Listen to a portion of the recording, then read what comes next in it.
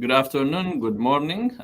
Today, my guest is Laetitia Bader, Horn of Africa Director at Human Rights Watch. We will be discussing issues of human rights in Eritrea and also Horn of Africa. Laetitia, welcome to ERISAT. Thank you. All right, Laetitia, before we start our discussion, I'm going to play a transitional music and we're going to come back and then start the discussion, okay? لو بزمنا ممزنني حدا جigna ፖለቲከኛ ዝባሃል ወይ መራሒ جigና ናይ ሃገር ዝባሃል ብስለት አእምሮ ዘለዎ ብስለት ፖለቲካ ዘለዎ ሰላም ዝነበረ ናፈታው ዝግይር ፈተውቱ ዘብዝሕ ሩሑቅ ዘለዎ ዘቅርብ በረኻ ኮይኖም ብረት ዘዋጣውጡ ዘለዎ ንዑ ዓድተው ሰላም ሳይተዋዳዳሩ ዝብል ዝቆርየን ተሊውን ዝስል ዝተበደለን ተሊውን ዝኽሕት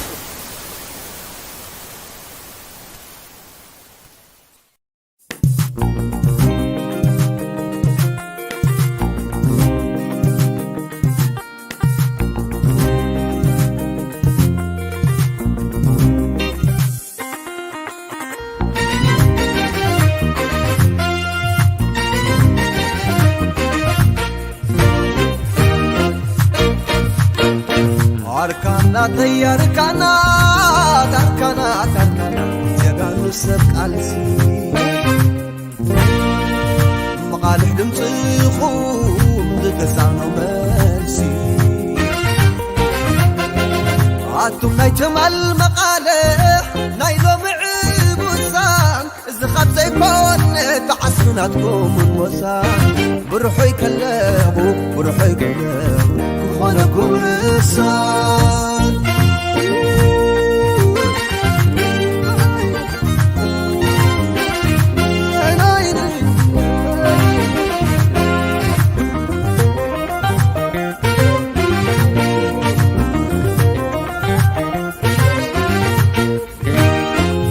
أركاننا في عدية سبتاريخ ساقية على سبحراتكم ساكازري إنا نذكركم إنا خوي قدام أكا خندي أغلط سنودا أركاننا في أركانا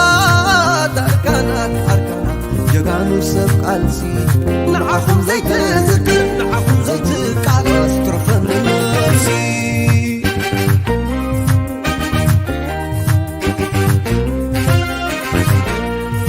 أنتم وياتاتي غير حاجر الهسب كولت الكمونا هندبت الوزبت دمتقوم طعموس من وحشان نايم مبارك دغون تحششي دغون تحششي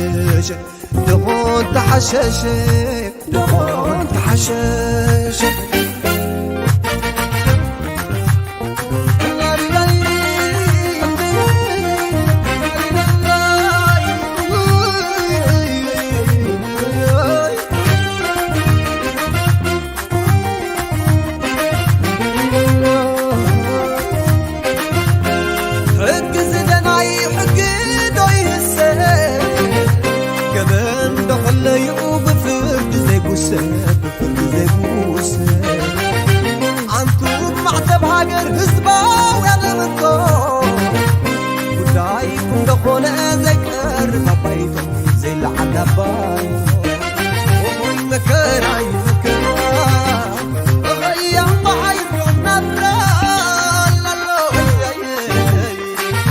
يا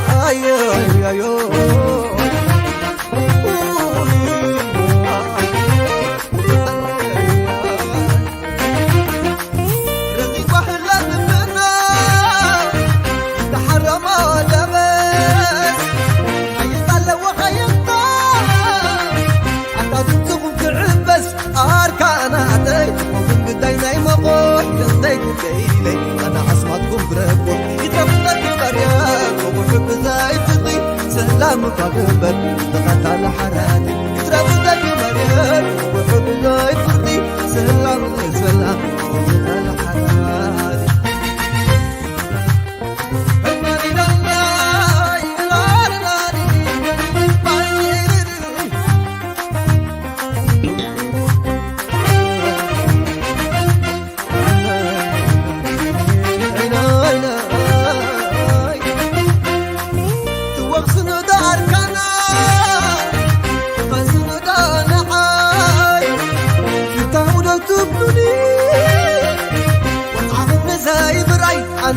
يغلكم يبزحلون كما يفلس دمو كتابو كوين شتاما أركانا دل يراسر زمريت كابسم غربت بناريو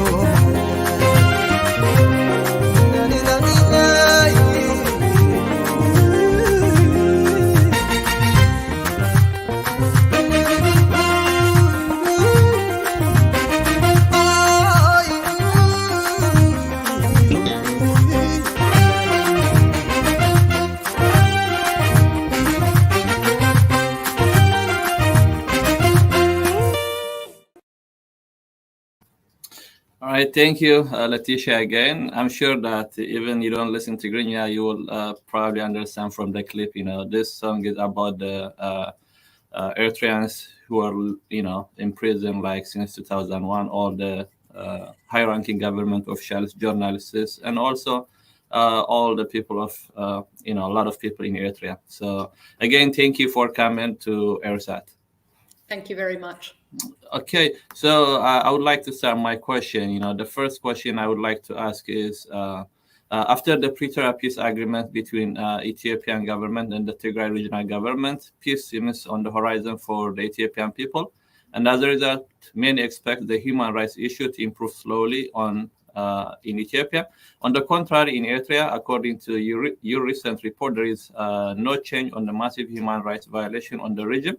As the Horn of Africa Director of Human Rights Watch, what is your assessment of the current human rights issue in Eritrea, as well as your 2023 report on Eritrea? Thank you very much, and thank you for having me on. I mean, maybe to start on the Eritrea side, I mean, according to our assessment, the human rights situation obviously remains terrible.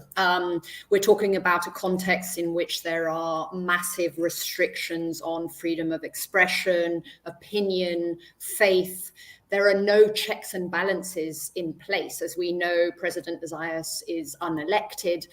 There's no parliament. There has been since 2001, as you mentioned again, the journalist and political opposition, as we may call them, who've been in prison. And so no domestic scrutiny at this point, no independent civil society allowed inside Eritrea. But the government has also restricted international and regional scrutiny as well. And one of the main forms and tools of repression, which is obviously very relevant for the report we've just put out, is the forced national and military service system, which is very much a tool which is quite unique to Eritrea and which the government has used to control all segments of society. What the new report finds is that since the summer, we've once again seen a new forced conscription campaign, which have continued to happen since the conflict started in Ethiopia's Tigray region. But what we saw and what shifted a bit with this campaign were a few things. I mean, first of all, was how involved local authorities were and the use of the coupon system to really go door to door, identifying people who were either considered by the government as draft evaders or deserters. And so this really started to come out. We started to receive reports of how these house-to-house searches were happening in rural areas, but really also picked up in big urban areas, including in Asmara in September, in mid-September. What was also, I would say, slightly new, I mean, one of the trends we have documented for many years in Eritrea is, of course, collective punishment and reprisals against families of draft evaders, deserters, and also maybe to a lesser extent in recent years, but still to the relatives of those who flee the country. And so we've often documented in one of our first big reports in 2009, we documented these trends and in particular arbitrary arrests of relatives and also fines. But what was really new in the campaign from September were that the evictions from homes, and this obviously had a disproportionate impact on older people, on women with children, who were the ones who were actually at home at the time. And so we received reports of a whole range of people, including very elderly people who were being locked out of their homes. And we even found evidence that in some cases, when their neighbors or relatives living nearby wanted to try and bring them in to give them shelter, they also faced harassment, intimidation, and the threats as well. I mean, maybe to come to the beginning of your question on the cessation of hostilities in the Tigray region, I mean, I think it is important to underscore that we continue to document serious abuses in that region, notably sexual violence. We still have not seen a full restoration of very basic services. As you know, we documented what we describe as an effective siege for months on the Tigray region, which included the cutting off of basic services. And to date, we're not talking about a resumption of all services. There's been a tiny bit of an increase in banking system, services, but cash flows are still very limited. Not all banks have resumed operations. Civil servants are still not being paid. But also on the issue of ongoing reports of sexual violence, and we have documented some of the worst forms of sexual violence in Tigray over the course of this conflict.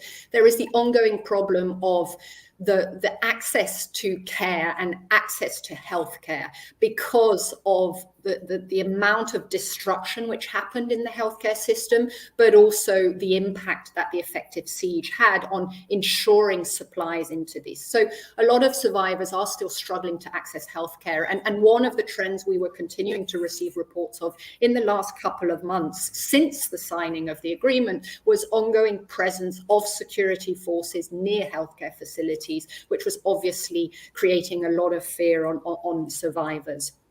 Just on that, I just want to underscore again the ongoing situation in Western Tigray zone. Now, as you know, alongside Amhara regional forces, Amhara militia, federal government forces, there have been throughout in Western Tigray zone Eritrean forces. And we have documented alongside Amnesty International an ongoing ethnic cleansing campaign there. And we do continue to receive reports of Tigrayans still being arrested and being forcibly evicted into other parts of Tigray.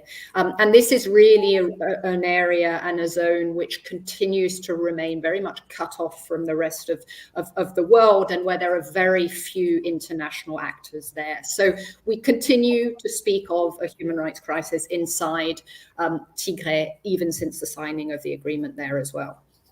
All right, that's thank you very much. So following that question, as we know, Eritrea is a massive prison for its citizens. People disappear, detained without due process. There is no basic human fundamental rights, and all kind of torture, abuse, as you were explaining it, and like almost 30 years now since the regime in power. So given that one, there is a lot of reports coming out from your organization, the United Nations, Amnesty International, a lot of gross human rights violations reports coming out. So I would like to ask you, what is the role of your organization and other international communities to hold the regime and the government officials for their massive human rights violation? Is there anything that you guys do to hold the government and their officials accountable? I mean, of course, we believe, and especially I would say in a context where the government has suppressed, repressed, made domestic oversight, domestic human rights work almost impossible, there is an incredibly important role and for both international and regional organizations. And I do think that scrutiny is absolutely essential. As you know, both the United Nations and the African Commission on Human and People's Rights have reported on the widespread abuses committed in Eritrea. And I mean, Eritrea continues to use a whole range of methods to seek to hamper that reporting, which in some ways would suggest that they care.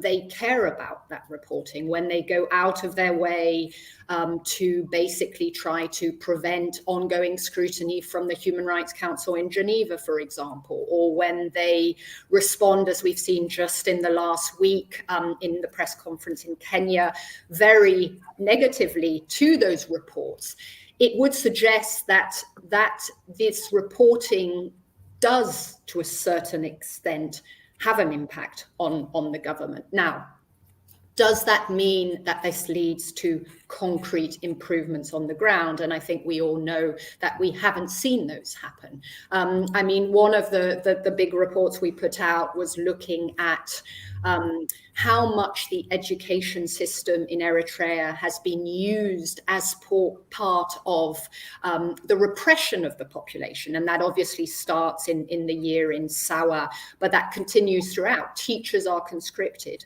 And we saw at a time where there was a tiny bit of a shift where teachers received a tiny bit more salaries. And this was in part a government response to what was the incredible flight of teachers. So many teachers were fleeing from the country, but it was also possibly a response to international pressure on this. Now, that was a tiny shift, and what we found at the time was even the improved salaries was in no way going to represent a decent standard of living for teachers.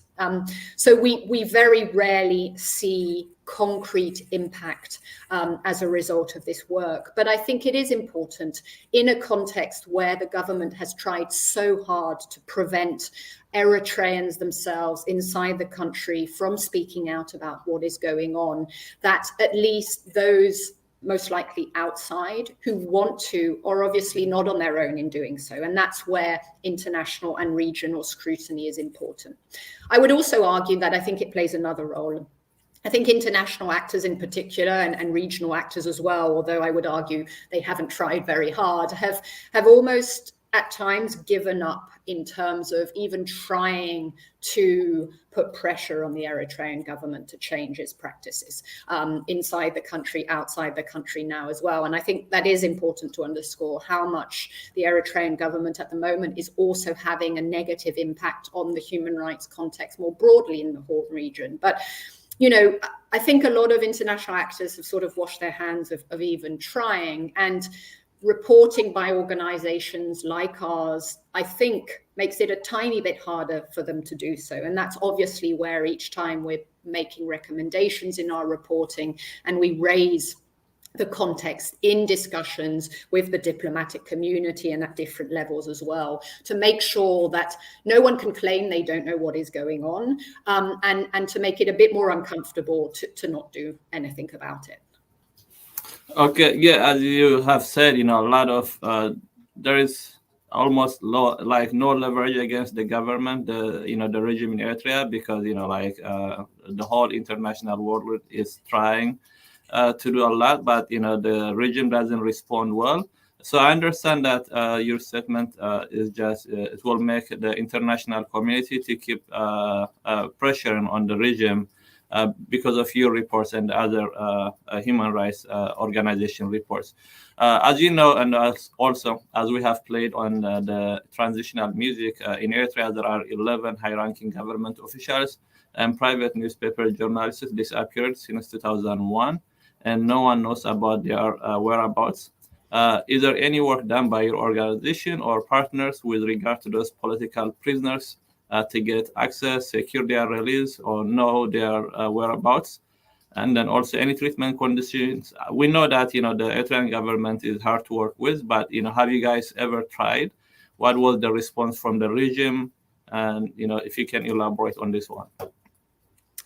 Yeah, I mean, on those cases, I mean, we had put out quite a big report for the 10 years anniversary of their detention in 2011. And I mean, I think there is not a statement that we make at the Human Rights Council, at the African Commission on Human and People's Rights, in any of our press communications where we do not, again, underscore those cases. Now, as you know, I mean, in many ways, it's very hard to see how that has had direct impact on very basic facts, such as knowing their whereabouts, knowing their well-being, and of course, that I imagine makes it very difficult for the families. Now, I think it is important to make sure that their fate continues to be raised and questions continue to be raised. I think it's important that none of us forget about them, and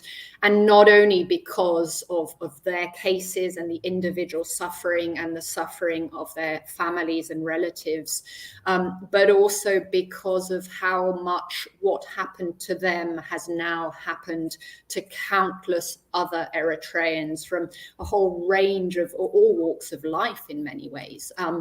And we have continued to document enforced disappearances, incommunicado detention, from very different types of sections of society. And so it is very difficult to see how that has had impact, of course. But on the other hand, it's key to continue to mention their cases, to press for some answers. And again, coming back to what I think is in some ways a despondence to a certain extent of international actors around Eritrea, I think it is key to continue to put pressure to make sure that these types of cases are part of any discussions which do happen with the government. I mean, in terms of our own outreach to the government, as in most countries in the world, we reach out for right to replies when we're producing more substantive reports. We do this whenever we have new reporting coming out, we generally don't get a response. And you would see that, of course, when we do get response from governments, we always make sure to include them in one way or another in our reporting, sometimes in full in the backs of our reports, etc. But this hasn't materialized and happened in the case of the Eritrean government. Okay, yeah, as we know, Eritrea is one of the most reclusive countries in the world. And how hard is your organization, for your organization to compile reports of human rights issue inside Eritrea without having access on the ground?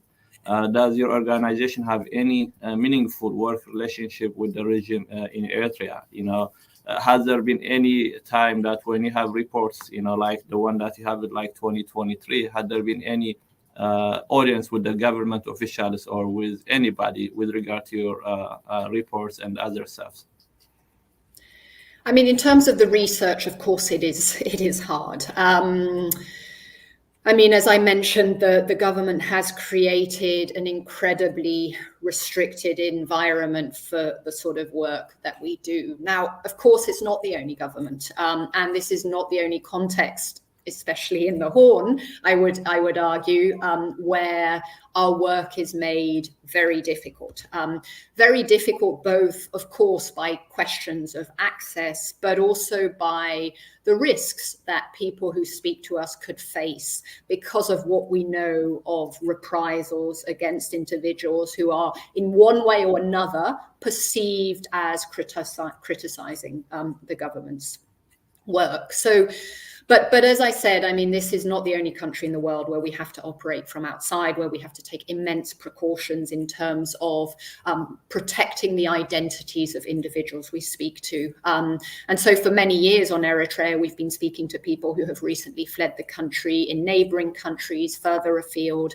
And this is something we do in many different countries. You know, if you actually look at the Human Rights Council itself, a lot of the commissions of inquiries that have been set up on country-specific situations have to operate outside of these countries in question. And so, you know, there are obviously ways of doing the research, methodologies we have developed to ensure that even if we don't have access, the quality of the work remains the same, as does the effort to make sure that we are protecting individuals that we speak to and not putting them or their loved ones inside the country at danger. Okay, the regime in Eritrea doesn't work with a lot of international organizations. We know that, they operate, just isolated. Obviously, when we have such interaction with international organizations, there is always an uproar coming from the regime. And I'm sure there will be a probability that your appearance on ERISAT will not sit well with the regime in Eritrea as well. Has the state media Eritrea ever invited you to discuss your reports? And would you be willing to appear at the regime's media if they were able to send you an invitation so that you can give your reports directly to the Eritrean people? I mean, we speak to all sorts of journalists, media outlets, etc. I mean, I think it is our work to, and it is our responsibility, of course, to be willing and able to discuss our research, our findings, our analysis with a whole range of actors. As I said, I mean, in terms of our ability to have engagement and constructive engagement with the Eritrean government, it has been very difficult over the years. We're obviously not the only organization or body which is trying to work on human rights issues in Eritrea, which have the same problem. But of course, I think it is important for us to be able to have difficult discussions. These are, of course, difficult discussions, but we're of course willing to speak to different types of journalists and media outlets if it is requested. Has there been any invitation by the regime or by the media, by the regime's media, like they have like the TV and everything? So has there been any invitation for you to come out, at least to make their arguments, for your reports? Has there been any invitation at all? Not that I'm aware of. Not at all. Yeah, I mean, I don't. I'm not surprised, but I just want to ask, if there was anything, because they always, come out and respond. They always play foul when the reports comes in. So people, especially people inside Eritrea, would like them to know that, the region never interact with any reports other than, having their own counter reports or counter arguments on their own TV. Given the issue in Eritrea, we know that for the last 30 years, the regime in Eritrea is on the top of the world list for gross human rights violations against its people. And even furthermore, like we've been seeing also on in the war in Tigray. Not only the regime is the issue in Eritrea, but also in the Horn of Africa. And the world knows how bad the regime is. However, to many Eritreans' surprise, I'm sure you may also be surprised, Eritrea was re-elected in late 2021 to the United Nations Human Rights Council. Why do you think the UN allows for countries like Eritrea to sit in such important bodies while they were against every principle of such bodies? Don't such decisions defeat the main reason for the existence of such a body as well, right? For the human rights organizations? A lot of people say that, like, how come, so what do you think about this one? Absolutely. I mean, I think it's a very good question. And I also think it is a broader problem that we deal with at the Human Rights Council, and that also used to be a problem at the predecessor of the Human Rights Council. And it was one of the reasons why there was a big reform process which led to the establishment of the Human Rights Council. When it comes to African group member states, I mean, we have continued to push on the African Union, who present the candidates, to make sure they are not presenting what we call a sort of clean slate, which is where for 4 positions on new positions on the Human Rights Council, they only present 4 candidates. Now, why that is obviously problematic is that it hampers the ability of other Human Rights Council members, and for there to really be a debate about the record of those who end up as members to the Human Rights Council. And this is exactly what has happened with the case of the Eritrean membership as well. So, it is key to continue to put pressure at the level of the African Union to say, representation of the continent on this international body should be one which can be discussed and where different views can be heard. And member states have a voice as well in really scrutinizing the record of those who are going to end up on that body. Now, unfortunately, to date, this has been the AU approach for many, many years, and unfortunately, we've still not seen a shift in tact as well. But it is a problem. Yeah, don't think that people will lose hope on those organizations. When you have governments like Eritrea, you think that this organization, because I'm sure there might be other governments like Eritrea as well, but it just looks like going against their values. When you have governments like Eritrea been violating basic human rights inside and outside, and when you have sitting them on that council, it just doesn't erode the purpose. What do you think? It definitely raises eyebrows and questions. There's no doubt about it. At the end of the day, it is, of course, a governmental system, and it is going to be a place where there is going to be a range of actors with very different human rights records. Now, I think, again, it's when you do end up with an actor such as Eritrea on the Human Rights Council, it's then even more important for the countries who claim to have a much better record to ensure that they are not able to undermine scrutiny on their own country, and also are not able to undermine efforts to establish new responses to developing human rights situations as well. And so it's, it is very clear why Eritrea wanted to be on the Human Rights Council. And I think it is absolutely essential for other member states, including from the African group, to ensure that they are not able to use that position to undermine scrutiny. And then there are also reports that the regime is undermining such type of reports. Reports for gross human violations in other countries because of their position, because of their vote, their seat. There were reports that they were undermining such reports. What can you say about this one? Is this something that you're really concerned about it? Yes, it's obviously something a lot of states are doing, if not all, but it is obviously, we have seen this very clearly with Eritrea's ongoing effort to prevent the renewal of the mandates of the special rapporteur on Eritrea, and this obviously the kind of antagonism from the Eritrean government towards this mechanism and its predecessor has been very, very clear. But we've also seen it on its voting records on a whole range of other rights issues on the continent and further afield as well. It really has taken a position of being antagonistic to country-specific scrutiny, which, as an organization, we believe is absolutely essential, is a vital part of the work of special procedures at the Human Rights Council.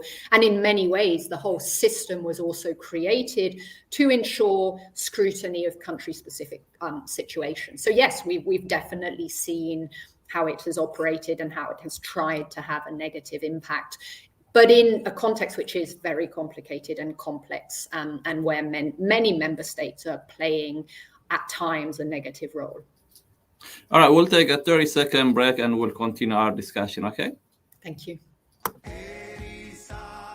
عدد ساتلايت تلفزيون إريسات 2023 أب عبيت ختمات أمريكا كما أتصلت ميت عامتاون نقبر ركب مس هزبي لو معمت أبزن سبع ختمات مس هزبي إن الرخبو لجيزن معلتن فلينا لنا دالاس 10 وشمون تلكاتيت كاب ساعات حادة دحر أطري كساب ساعة شدشة دحر أطري دنفر كولورادو 10 وتشعات تلكاتيت كاب ساعات حادة دحر أطري كساب ساعة شدشة دحر أطري لاس فيغاس نيفادا 23 لكاتيت كاب ساعة 3 دحر أطري كساب ساعة 8 دحر أطري ኦክላንድ ካሊፎርኒያ 25 ለካቲት ካብ ሰዓት 1 ድሕሪ ቀትሪ ክሳብ ሰዓት 6 ድሕሪ ቀትሪ ሲያትል ዋሽንግተን 26 ለካቲት ካብ ሰዓት 3 ድሕሪ ቀትሪ ክሳብ ሰዓት 8 ድሕሪ ቀትሪ አትላንታ ጆርጂያ 4 መጋቢት ካብ ሰዓት 1 ድሕሪ ቀትሪ ክሳብ ሰዓት 6 ድሕሪ ቀትሪ ዋሽንግተን ዲሲ 5 መጋቢት ካብ ሰዓት 1 ድሕሪ ቀትሪ ክሳብ ሰዓት 6 ድሕሪ ቀትሪ በአካል ምስ ህዝቢ ተራኺብና ይህን ክንበሃሃልን ሓሳባት ክንቀያየርን ከምኡውን ሕቶታት ህዝቢ ክንምልስን ተዳሊና ኣለና كلهم أبزن كتماتات تركوا إيرتران دليت فتحي أبزت عجزوا العلاتن ساعتن مسانا حبيركم كتزاتيو بخبرنا الدم ساتلايت تلفزيون إريسات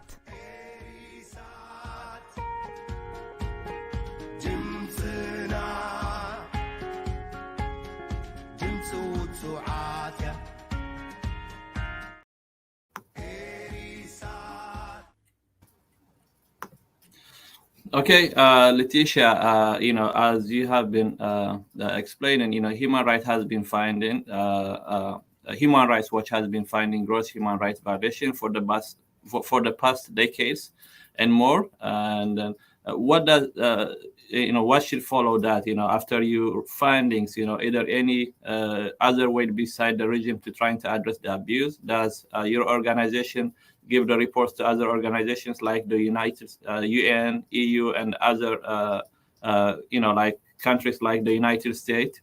And then has there been any meaningful response, based on your reports? Has there been any meaningful, actions taken against the Eritrean regime based on the reports? Are you, does your organization happy, based on the reports, been any actions taken on the regime, like the United States, maybe Congress or other EU countries and stuff like that? I mean, our model is very much to make sure that our reporting is known. And again, coming back to the whole question of what is our role and what is our impact, I think it is making sure that there is documentation of what is happening. So, of course, when reports come out, we make sure to send them and share them as broadly as possible, obviously with media, but also with diplomats, etc. Also, with actors who are involved in refugee status determination issues, ensuring that they continue to receive new up-to-date information on what is the context inside Eritrea, and what are the factors which are driving so many Eritreans to continue to flee the country.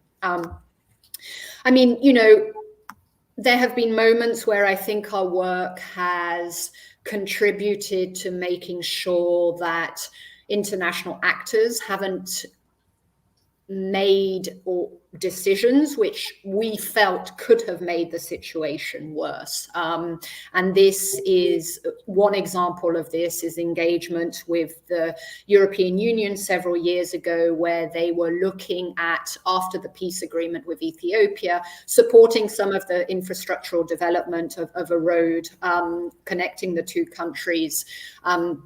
And we highlighted very clearly, including at the level of the European Parliament, how problematic that would be. That in many ways, indirectly, this could be contributing to supporting ongoing forced conscription of Eritreans. And, we really pushed at the level of the EU. At the time, there was also media reporting on this decision by the EU to start supporting that project. And what we saw is for a number of reasons. And I think this is important to highlight, that our work can never achieve impact on its own. And that's where it is so essential also to have, to work with, when we can, work with national organizations working on these issues, but also working with different partners who can put pressure in different ways. And so over time, in this particular case, the EU decided to stop that support. And I think, the message we had sent to the EU at the time was this could make what is an already incredibly repressive system worse. And so we did see a shift as a result of multiple factors, but also as a result of the work we were doing at the time. Oh, that's good. At the beginning of our discussion, you have been mentioning that, the human rights situation in Ethiopia, especially Tigray region, has not been improved as much. What is the general human rights assessment in Ethiopia at this point? Not only in Tigray but in the whole in the country, especially given there's been a war, and then also recently there is also so many crackdown on journalists, and also there was some religious issues going on in Ethiopia. So in general, what is the report on human rights violation right now? I mean, we really are talking about a country in which there are multiple crises which all have a human rights impact and angle.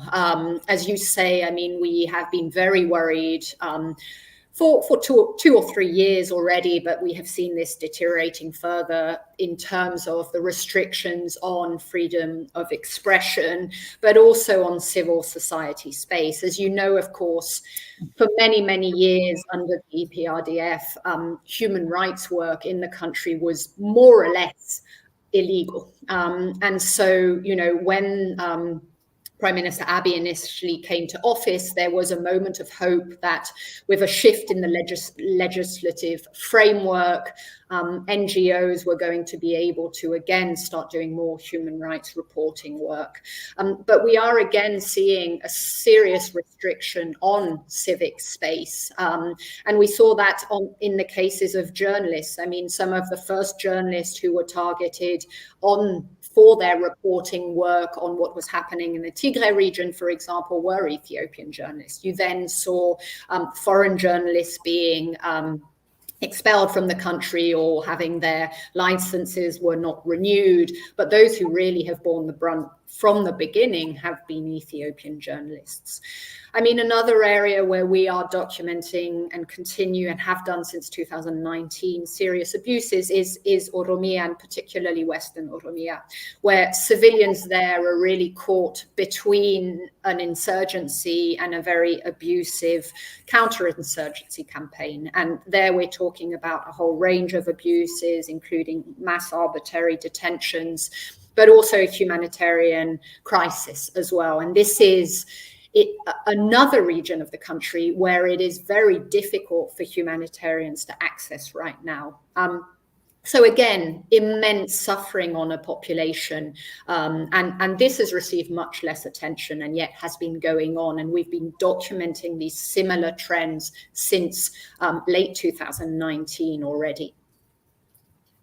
Okay, yeah, in the last 2-3 years, there has been a huge war in Ethiopia, in Tigray, and then, as you also mentioned, there has been a lot of war crimes committed, by all parts, like participating in the war, and obviously, in the last 2-3 years, one of the highly contested war in the conflict in Ethiopia was whether genocide was committed against the people in Tigray. And then this word has been, some people, they say that there was genocide, others they say that there is a war crime, not genocide. So on this term, what is your organization stand with regard to the genocide in Tigray? So one of our big reports focused really on what was happening in Western Tigray zone. I mean, this was very much a zone that was cut off very early on from the world. And what we found working with Amnesty International was that the administration and the forces there, primarily Amhara forces, but also federal government forces and Eritrean forces who were present there, had committed widespread abuses against the population, which amounted to crimes against humanity. Now, we did not find that the crime of genocide had been committed in Western Tigray zone based on the evidence that we were able to collect. But we said very clearly in our report that our organizations do not exclude the possibility that it could have. And I mean, I think two things here. I mean, one is important to underscore that when it comes to international law, there isn't a hierarchy of crimes. So war crimes, crimes against humanity, and genocide are all considered the most serious crimes which are of concern to the international community and warrant serious response, which we unfortunately have not seen when it came to the conflict in northern Ethiopia and especially in Tigray.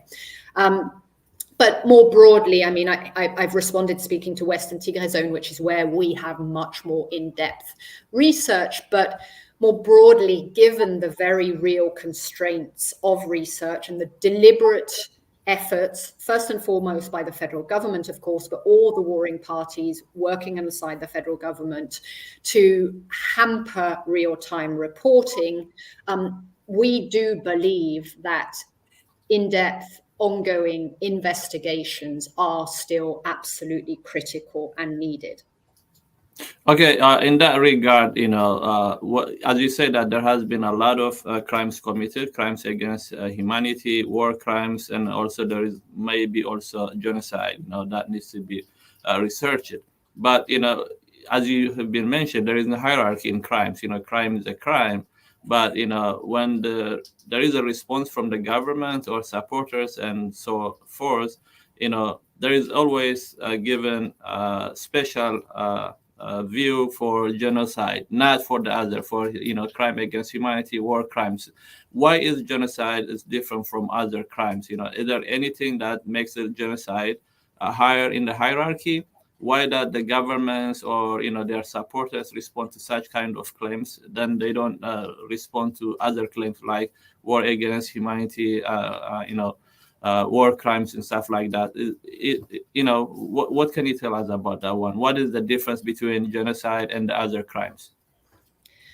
I mean, as I said, from our point of view, they're all incredibly serious. And this is why we have continued to shout at times, I would say, as to why there needs to be a much more concerted, stronger global response to what we've been seeing going on in the last 2.5 years. And, so that's our point of view. The point of view of others, I obviously can only assume or guess. I mean, I think the term genocide obviously is historically seen as has a very strong, powerful historical meaning, and which has come over time, I think, politically to be perceived as a more serious crime. And I would say that is mainly for political reasons. When we're talking about, as I said, from under international law, these are all serious crimes which need to be investigated, and for those who are responsible for these crimes to be held to account. What would be the consequence for people who are committing war crimes, like crime against humanity? What would be the consequence? It could be government officials, could be the prime minister, could be president. What would be the consequence? Can you give us any example of such consequences? Well, at the moment, we're still talking about a context in which there haven't been the sort of thorough investigations which are needed. And I think, the consequences, of course, are, if people are investigated and found to be responsible, they should be held to account for these very, very serious crimes. So, there are obviously intermediary steps. So when it comes to the case of Western Tigray Zone, we identified 3 individuals in particular, which we believe needed to be investigated. But what we said in the short term was it was absolutely essential that those individuals were not in positions of power where they can continue to commit the abuses we believe them to be responsible for.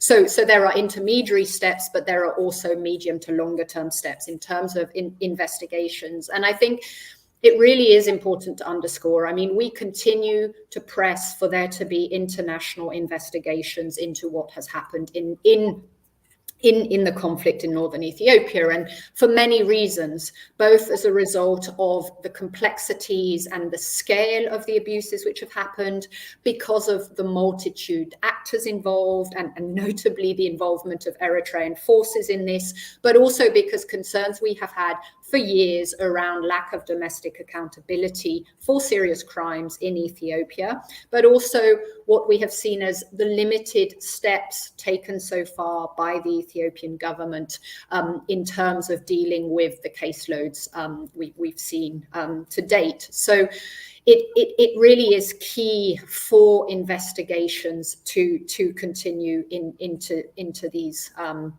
the events there.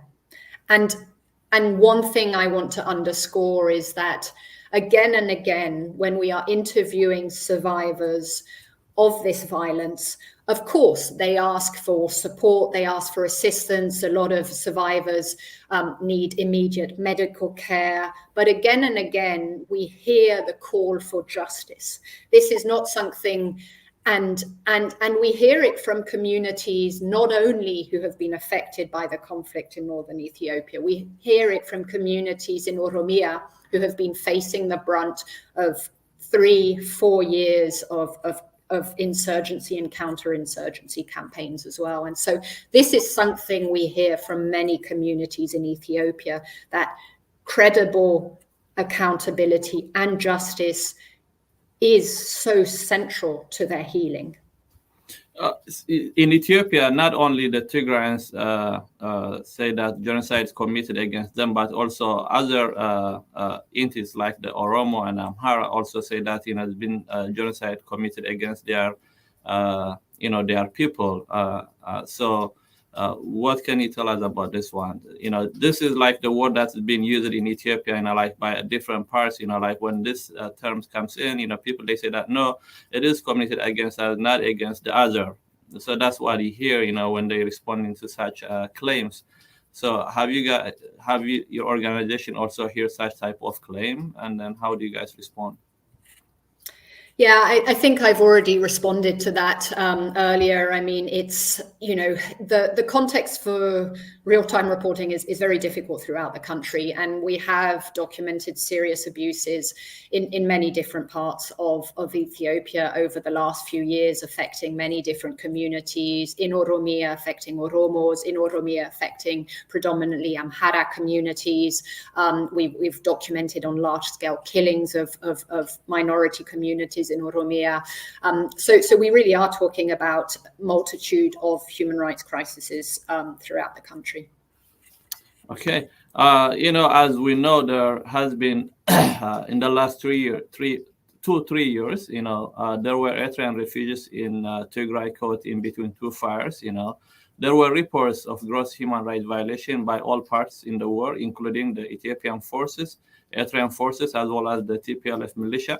However, many Eritreans were voicing their concerns against international human rights organizations, including Human Rights Watch, for not paying enough attention to the Eritrean refugee issue. Some even say that those organizations were deliberately silencing the refugee voices and not publishing credible human rights violation reports. And what is your response to this allegation? And then what can you tell us about the human rights violation against those Eritrean refugees in Tigray as well? Yes, thank you. I mean, we did as an organization report. We released a report looking into events in Hitsats and Shimelba, and found that both the Eritrean forces and Tigrayan militia had committed war crimes against Eritrean refugees there. Now, to the criticisms which were made against us and other organizations in terms of the sense that, this was ignored. I mean, did the report come out later than we would have wanted? Of course. This has been one of the difficulties with our reporting more generally on the conflict in northern Ethiopia, and especially the reporting on Tigray, is that because of all the restrictions, the shutdown of the communications, it has meant that our research has taken more time.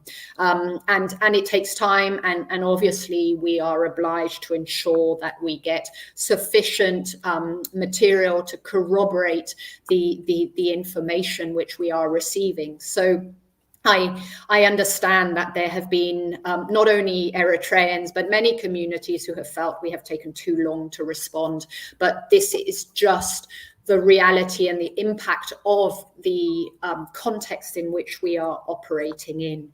I mean, I would say even before the report came out, we were regularly with a whole range of actors raising the concerns we had, what we were initially hearing about what was going on in the refugee camps, highlighting how no one can forget that this is a context and a conflict in which 2 refugee camps were completely destroyed. I mean, this is in many ways, there have been attacks on refugee camps in many conflict settings, but the destruction of 2 camps really deserved and deserves attention. And we have continued to press this. And we've obviously continued to ensure and press in our meetings that the refugees who were affected not only by the attacks in those 2 camps, but all the refugees who are in the region are receiving the sort of assistance that they need, not only in Ethiopia, but further afield as well. As you have mentioned, the 2 of the camps were destroyed, in Tigray region, and there is also reports that there has been a lot of kidnapping of the refugees by the Eritrean regime, killings also by the TPLF militias as well. Do you have any concrete report on those crimes? Because as you've been saying, it's hard to get the information on the ground, but there were also a lot of Eritreans working with those refugees. They say that they have the report they were given to Human Rights Watch and other organizations. What kind of report do you have on those type of, like, for instance, the kidnapping of the Eritrean refugees by the Eritrean regime? Do you have such type of reports? Do you know anything about that one? If you know, do you have any also information about their whereabouts? Do you know where they have been taken from the refugee camp? Did they take them to Eritrea? What kind of information do you really have about this one? And also about the killings. Some also claim that there has been refugees killed by the TPLF militias as well. And then also, what kind of information do you have about this one? Were you be able to verify those information as well?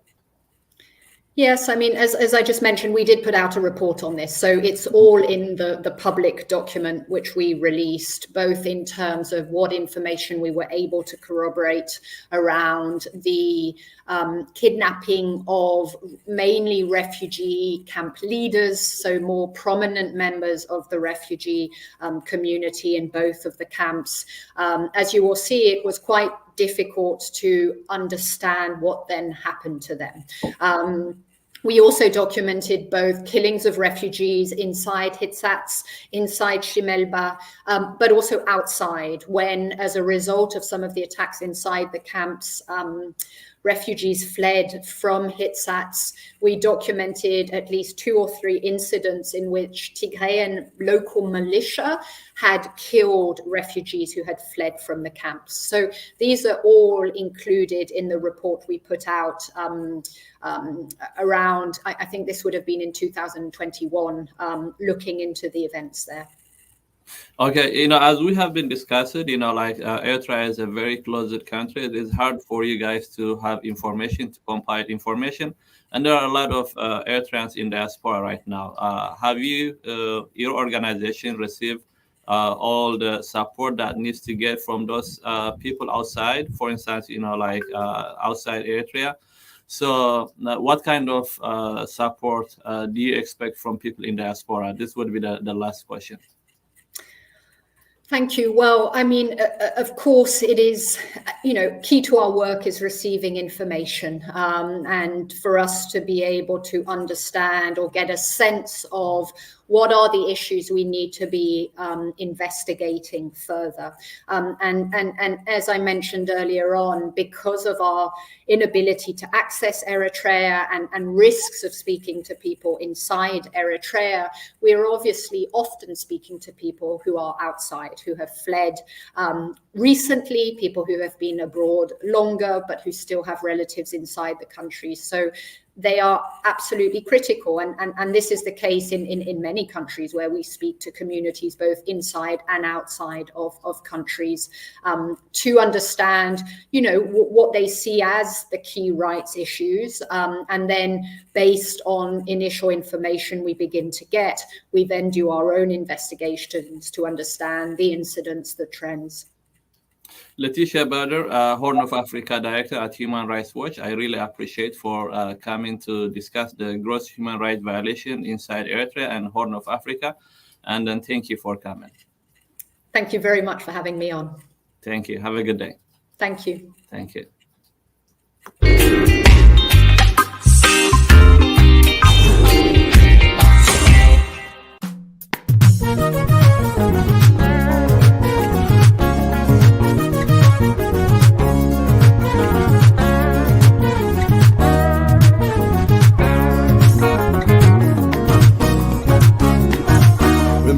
لكم وزا زنبي لبس غزا زمبردو عين حيزا كعربي لتقانزا محراي كاز حجن عزمو صباح من يغزمو قلنا الكن بلامو كني حكس نفالمو عادي وصف زي كسنة من كمان تدندن كدي مسكم تقدم عبيد مسكم تقدم بحر سدة توسدهم سقيبهم كبل عبيدهم فتح البنا قيدهم قمد قبل زمرهم نعرف بازا قرب وياي نسمر مو بحوار نعيي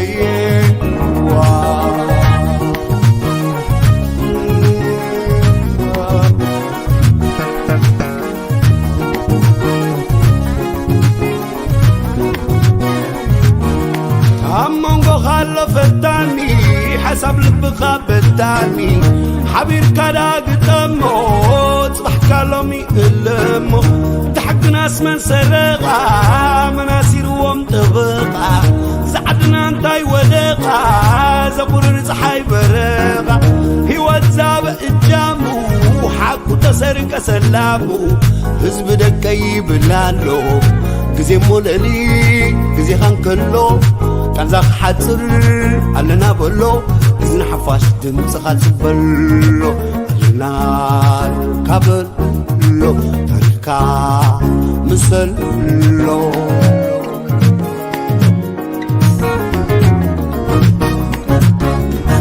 وقت جمالو زي وازا كعرب كله تقانزا درنا دعين حيزا وقحتان قعزا تعلال كم عدغنت صباحي باسب سعنت تبحال الله ببونت بحراس عزمغنت هزباينا تقردنا بحيلنا تبتل من تغير رزقنا عين بالسغانت حرمتنا من داي حنفت حندي زقودات صباح قبل مخت عبي لما خرمو بدبي نركب موزاقر نويا سمر مو بحبار نحيا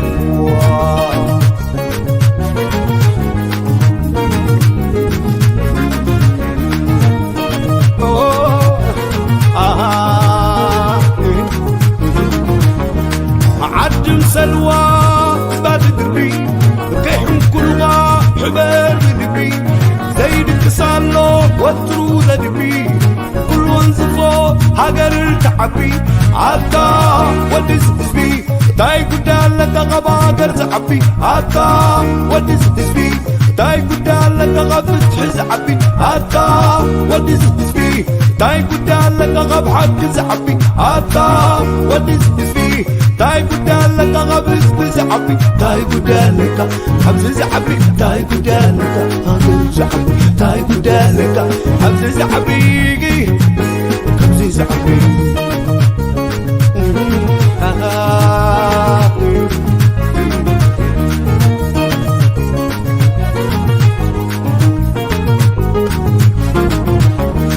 دمي بغبرة كم زي ملسة البان قدام النافسة نعيد دكيس من مستكسة مسلا لك زي تملسة عطا ودس تسبي تاي قدام لك غبا قرز عبي عطا ودس تسبي تاي قدام لك غبت زعبي عطا ودس تسبي تاي قدام لك غبت زعبي عطا ودس تسبي تاي قدام لك غبوز عبي تاي قدام لك ابو زعبي قدام لك ابو زعبي تاي قدام لك ابو زعبي تاي قدام لك ابو زعبي